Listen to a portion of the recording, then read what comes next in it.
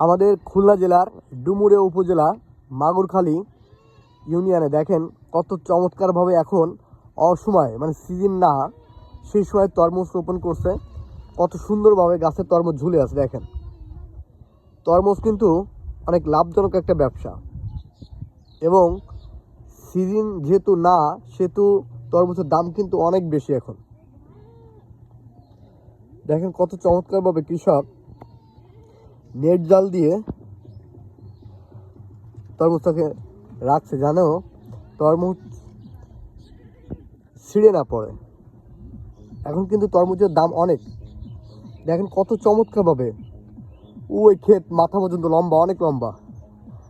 আপনার ওই পাশেও কিন্তু দেখতে পাচ্ছেন প্রত্যেকটা জায়গায় কিন্তু তরমুজ ঝুলে আছে।